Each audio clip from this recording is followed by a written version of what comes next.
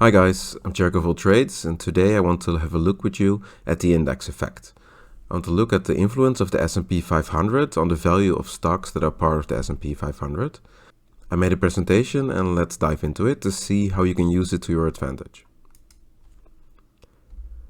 So first of all, what are we going to cover today?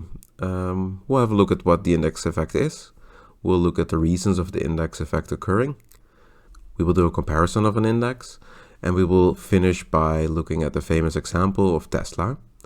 Before I start, it's important to know I'm not a financial advisor. Everything I say is my personal opinion, so do your own research. And if you want to support me, please subscribe to my channel, like the video, and if you have any questions or you want to say anything, just leave a comment. Thank you. So what is the index effect? Well, let's start by briefly explaining what an index is. An index represents the performance of a group of stocks. A famous example is the S&P 500. The S&P 500 tracks the 500 biggest American stocks on the stock market. I made another video explaining what an index is and which index I am buying every month. So have a look at that video if that is of interest to you. But what is the index effect then? It is that the stock valuation of stocks will go up just before it will join a big index like the S&P 500. And it's usually the moment of announcement, so when it's announced that a stock will join that index, that the price of that stock will increase. There is another small extra effect, and that is when you join a big index, you will also have increased liquidity. Liquidity is the amount of people that are buying and selling the stock. Increased liquidity makes it easier to buy or sell.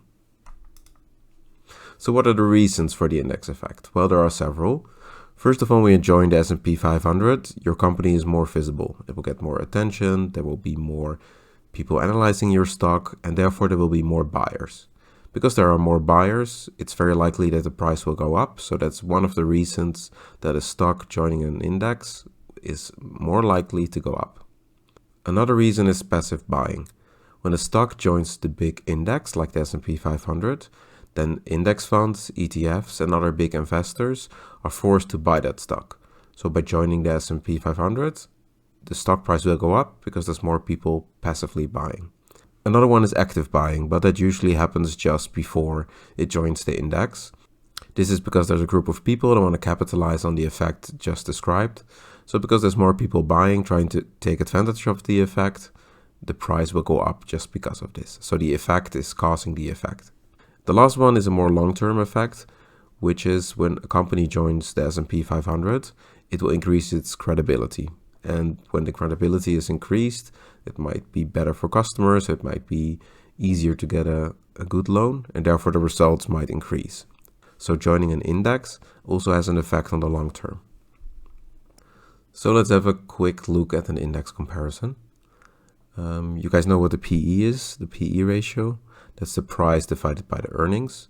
Every stock has a PE ratio, but the same goes for every index. The S&P 500 has a PE of 25.78. If you compare that to like an average PE, then a rule of thumb is that an average PE is 15.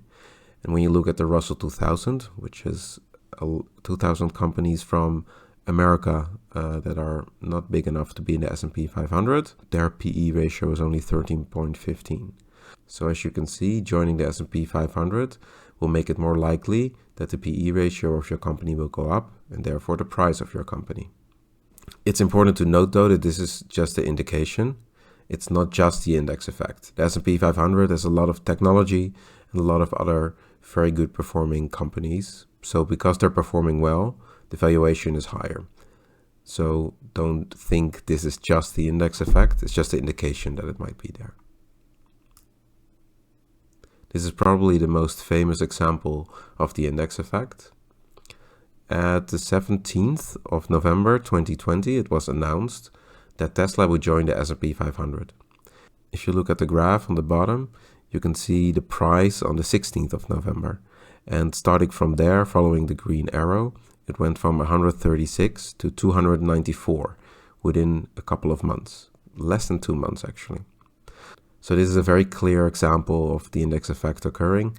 Tesla joining the S&P, and when it's announced, it already goes up before it actually joins the S&P 500.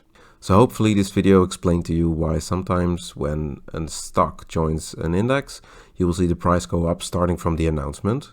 And in the future, before this happens, you might use it to your advantage. It doesn't always happen, but it's very likely that it will happen when it joins the S&P 500.